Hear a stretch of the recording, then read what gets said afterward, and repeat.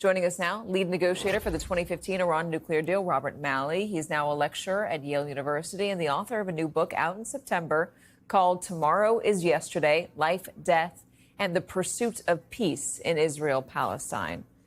All right, looking at the past few days, it has been a whirlwind. I think that's an understatement. The announcement of a ceasefire yesterday, I mean, caught me off guard, especially after all of the heavy shelling.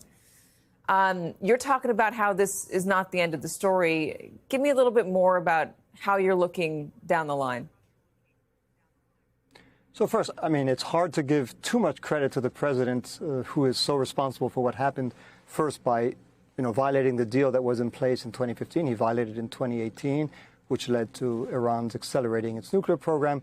Then by not even allowing his own negotiator to try to have enough time to reach a deal with the Iranians. Steve Witkoff was in the middle of those talks.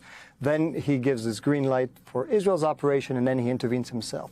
Be that as it may, I still will give some credit. I'll be somewhat charitable in the fact that he did end up by ending the crisis or halting the crisis that he himself had helped provoke. So from that perspective, I think he could say he achieved this goal, Prime Minister Netanyahu as well, in terms of the military success. The real questions that we raise in the article you mentioned is, what does it mean for the longer term? What does it mean not just what happened in Iran, but what happened in Gaza, what happened in the West Bank, what happened in Lebanon, in terms of a generation of Palestinians, Lebanese, Iranians who have been humiliated, who have felt that their dignity has been robbed, and who may well be hungry someday to exact some kind of revenge. And we've seen this movie before in the Middle East time and time again, where military victories spawn generations of non-state actors who do what they can to, as I just said, exact revenge. And that's what worries me. This is the president, by the way, being greeted by the King and Queen of the Netherlands. So we're watching this live. You'd spent a lot of time negotiating the Iran nuclear deal in 2015. Again, Donald Trump rips it up, as we just mentioned. Is there a way, do you think if that was still in place, where do you think Iran would have been today if that was still in place? Well, again, from 2015 to even 2019, a year after President Trump withdrew from the deal, the regime in Iran was respecting the deal, which meant that it had low quantities of low-enriched uranium, and it had real caps on the kind of centrifuges, the machines that enrich uranium, the kind of centrifuges it could produce and it could use. My suspicion is that today Iran would still be in compliance. Now, at some point by 2030, so about 5 years from now, we would have faced a problem if Iran decided, consistent with the deal, that it wanted to increase its nuclear production and perhaps even cross some pretty dangerous thresholds. But what President Obama believed at the time was 15 years is a long time, and during that period, his successor or his successor's successor could try to negotiate a follow-on deal.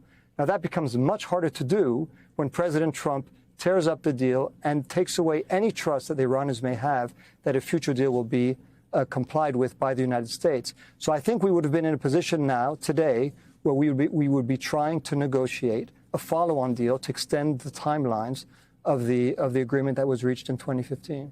The Iranians haven't been trustworthy either.